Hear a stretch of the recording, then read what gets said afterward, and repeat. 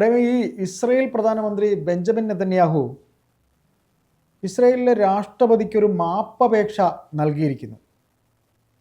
തൻ്റെ മേലുണ്ടായിട്ടുള്ള അഴിമതി ആരോപണങ്ങളിൽ തീർപ്പ് കൽപ്പിക്കണം, തനിക്ക് മാപ്പ് നൽകണം എന്ന് പറഞ്ഞുകൊണ്ടാണ് അവിടുത്തെ പ്രസിഡന്റിന് നെതന്യാഹു മാപ്പപേക്ഷയ്ക്ക് ചോദിച്ചിരിക്കുന്നത്. എന്താണ് ചേട്ടാ, ഇത് ഇസ്രയേൽ എന്ന് പറയുന്ന രാജ്യത്തിന്റെ ചരിത്രത്തിലെ തന്നെ ആദ്യത്തെ ഒരു സംഭവമാണ്.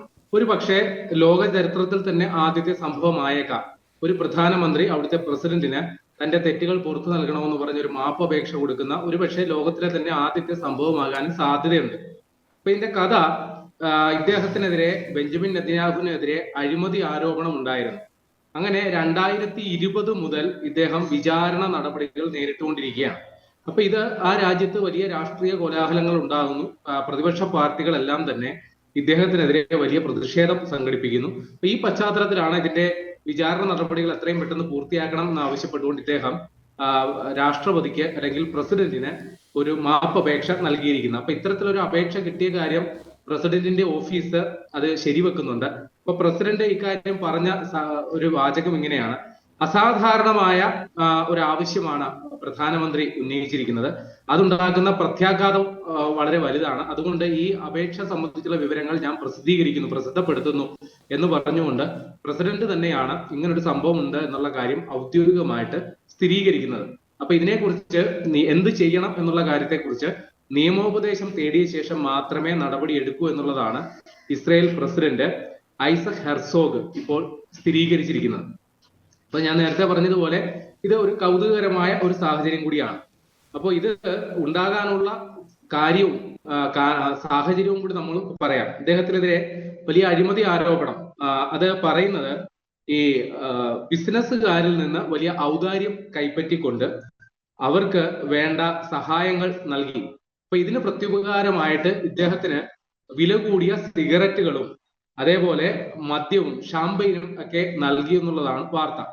അപ്പോ ഈ ബെഞ്ചമിൻ നെതന്യാഹു ഒരു പുകവലിക്കാരനാണ്. അത്യാവശ്യം അദ്ദേഹത്തിന്റെ ഈ ജീവിതശൈലിയുടെ ഭാഗമായിട്ട് മദ്യപിക്കുകയും ചെയ്യും.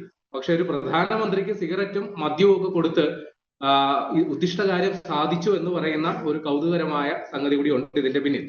പിന്നെ മറ്റൊരു ആക്ഷേപം ഈ അദ്ദേഹത്തിനെതിരെ ഉള്ളത്, തനിക്ക് അനുകൂലമായ വാർത്ത നൽകിയതിന് ഒരു ഇസ്രായേൽ പത്രത്തിന്റെ സർക്കുലേഷൻ, പ്രചാരണം, അതിന്റെ കോപ്പികളുടെ എണ്ണം അത് വർദ്ധിക്കാനായിട്ട് സഹായങ്ങൾ ചെയ്തു കൊടുത്തു എന്ന് പറയുന്നു. അതാണ് അടുത്ത ആക്ഷേപം.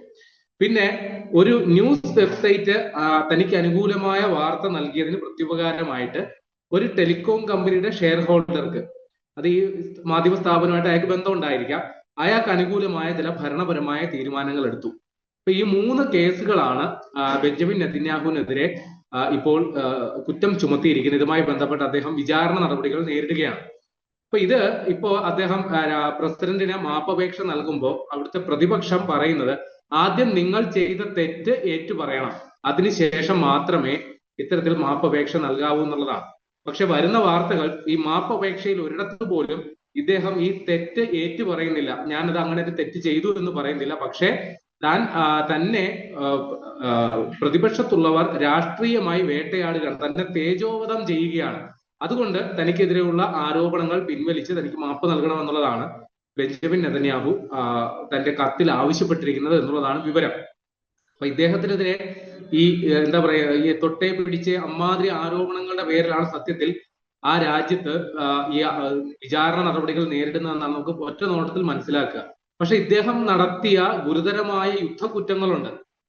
പ്രത്യേകിച്ച് പറഞ്ഞാൽ പലസ്തീൻകാർക്കെതിരെ ഗസയിൽ നടത്തിയ വംശീയമായിട്ടുള്ള നരഹത്യ, ഏതാണ്ട് 70,000-ഓളം പേർ പലസ്തീന്റെ അതിക്രമങ്ങളിൽ അവിടെ കൊല്ലപ്പെട്ടു എന്നുള്ള ഔദ്യോഗികമായിട്ട് വരുന്ന കണക്ക്.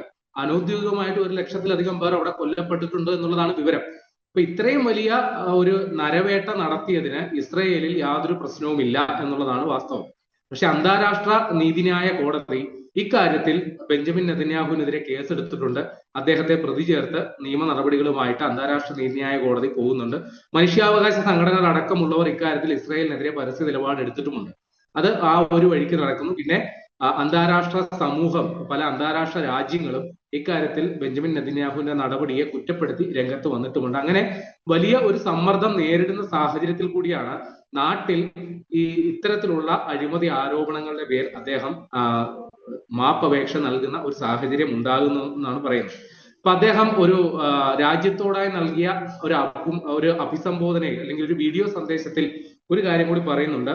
തനിക്കെതിരായിട്ടുള്ള ആക്ഷേപങ്ങൾ പൊളിഞ്ഞു വീണു, എന്നാൽ അതിനായി എടുത്ത നടപടിക്രമം ഇസ്രായേലിനെ ഛിന്നഭിന്നമാക്കി. അതായത് തനിക്കെതിരെ ഒരു ആക്ഷേപം ഉയർത്തിക്കൊണ്ടുവന്നു. അപ്പൊ ആ ആക്ഷേപം ജനങ്ങൾ വളരെ രീതിയിൽ വിശ്വസിച്ചു.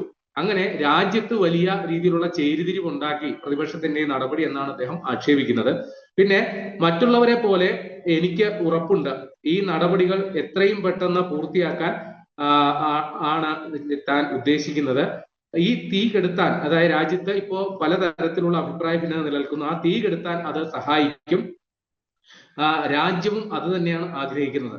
അപ്പോ ഇവിടെ പ്രതിപക്ഷം ഇദ്ദേഹത്തിന് മറുപടി കൊടുക്കുകയാണ്. ഇദ്ദേഹം സ്വന്തം താല്പര്യം രാജ്യ താല്പര്യമായി ചിത്രീകരിച്ച് തടി തപ്പാനായിട്ടുള്ള ശ്രമമാണ് നടത്തിക്കൊണ്ടിരിക്കുന്നത് എന്നുള്ളതാണ് പ്രതിപക്ഷം ഇവിടെ ആരോപിക്കുന്നത്. നമുക്കറിയാം, ബെഞ്ചമിൻ നെതന്യാഹു അദ്ദേഹം ഭരണത്തിൽ ഇരിക്കുമ്പോഴും വലിയ രാഷ്ട്രീയ വെല്ലുവിളി നേരിടുന്ന ഒരു പ്രധാനമന്ത്രി കൂടിയാണ്. അദ്ദേഹത്തിന് തുടർച്ചയായി അവിശ്വാസ വോട്ടെടുപ്പ് അടക്കമുള്ള പ്രശ്നങ്ങൾ നേരിടേണ്ടി വന്നു. പ്രത്യേകിച്ചും അദ്ദേഹത്തിന്റെ ഭരണ മുന്നണിയിലുള്ള ഈ യാഥാസ്ഥിതിക ക്രൈസ്തവ വിഭാഗത്തിലെ അനുകൂലിക്കുന്ന പാർട്ടി അദ്ദേഹത്തിനുള്ള പിന്തുണ പിൻവലിക്കുമെന്ന ഭീഷണി മുഴക്കിയിരുന്നു. കാരണം ഈ നിർബന്ധിത സൈനിക സേവനത്തിന് അവർക്ക് നൽകിയ ആനുകൂല്യം പിൻവലിക്കുന്നതുമായി ബന്ധപ്പെട്ടുള്ള തർക്കമാണ് അതിന്റെ കാരണം. അപ്പൊ ഇത്തരത്തിൽ ഒരു വശത്ത് അഴിമതി ആരോപണം, മറുവശത്ത് അദ്ദേഹത്തിന്റെ മുന്നണിയിൽ ഉണ്ടാകുന്ന അസ്വാരസ്യങ്ങൾ, അല്ലെങ്കിൽ അദ്ദേഹത്തെ സ്ഥാനഭ്രഷ്ടനാക്കാൻ നടത്തുന്ന ശ്രമങ്ങൾ, കൂടാതെ പലസ്തീനുമായിട്ട് നടത്തുന്ന പ്രശ്നങ്ങൾ, അവിടെയും അദ്ദേഹത്തിന് വലിയ വിമർശനങ്ങൾ ഏൽക്കേണ്ടി വന്നു. കാരണം ഈ ഗസ നടപടി വല്ലാണ്ട് വൈകിപ്പിക്കുന്നു, അല്ലെങ്കിൽ അവിടെ ബന്ദിമോചനം വല്ലാണ്ട് വൈകിപ്പിക്കുന്നു എന്ന് പറഞ്ഞുകൊണ്ട് ഇസ്രയേലിൽ വലിയ പ്രതിഷേധം ഉണ്ടാകുകയും അവിടെ ബന്ദികളാക്കപ്പെട്ടവരുടെ ബന്ധുക്കളടക്കമുള്ളവർ ബെഞ്ചമിൻ നെതന്യാഹുവിനെതിരെ പരസ്യ വിമർശനം നടത്തുകയും ചെയ്തിരുന്നു. ഇതിനിടയിൽ ഒരു സംഭവം ഉണ്ടായി. നമ്മുടെ അമേരിക്കൻ പ്രസിഡന്റ് ട്രംപ് ഈ ഔദ്യോഗികമായിട്ട് ബെഞ്ചമിൻ നെതന്യാഹു പ്രസിഡന്റിനെ തന്നെ ട്രംപ് അദ്ദേഹത്തിന്റെ രക്ഷകർത്തൃത്വം ഏറ്റെടുത്തുകൊണ്ട് ഇസ്രായേൽ പ്രസിഡന്റിനോട് ആവശ്യപ്പെട്ടിരുന്നു, ബെഞ്ചമിൻ നെതന്യാഹുവിന് നിങ്ങൾ മാപ്പ് കൊടുക്കണം, അദ്ദേഹത്തിന് ചെയ്ത അപരാധങ്ങൾ അത് ക്ഷമിച്ചു കൊടുക്കണമെന്ന് ട്രംപ് ആവശ്യപ്പെട്ടിരുന്നു. ആ പ്രസ്താവന വന്നതിന് തൊട്ടു പിന്നാലെയാണ് ഇസ്രായേൽ പ്രസിഡന്റ് പറഞ്ഞത്, ആര് മാപ്പ് അപേക്ഷിച്ചാലും അത് രേഖാമൂലം നൽകാതെ താൻ പരിഗണിക്കില്ല എന്നുള്ള നിലപാട് പ്രസിഡന്റ് എടുത്തു. അതിന് പിന്നാലെയാണ് ബെഞ്ചമിൻ നെതന്യാഹു ഇപ്പോ ഒരു മാപ്പ് അപേക്ഷയുമായിട്ട് പ്രസിഡന്റിനെ സമീപിച്ചിരിക്കുന്നത്. എന്തായാലും ഇത് ഒരു നെതന്യാഹുവിന്റെ ഒരു ട്രാക്ക് റെക്കോർഡ് പരിശോധിക്കുമ്പോൾ ഈ ഒരു പ്രതിസന്ധിയും അദ്ദേഹം അതിജീവിക്കുക തന്നെ ചെയ്യും എന്നാണ് നമ്മൾ മനസ്സിലാക്കേണ്ടത്. പക്ഷേ ഇങ്ങനെ ഒരു കൗതുകകരമായ സംഗതി ഇസ്രയേലിൽ ഇതിനിടയിൽ ഉണ്ടായി എന്നുള്ളത് അത് വലിയ വാർത്താ പ്രാധാന്യം അർഹിക്കുന്നുണ്ട്. അതുകൊണ്ടാണ് ഇക്കാര്യം ഇത്ര വലിയ അന്താരാഷ്ട്ര മാധ്യമങ്ങളടക്കം ഇക്കാര്യം വളരെ പ്രാധാന്യത്തോടെ റിപ്പോർട്ട് ചെയ്യുന്നത്.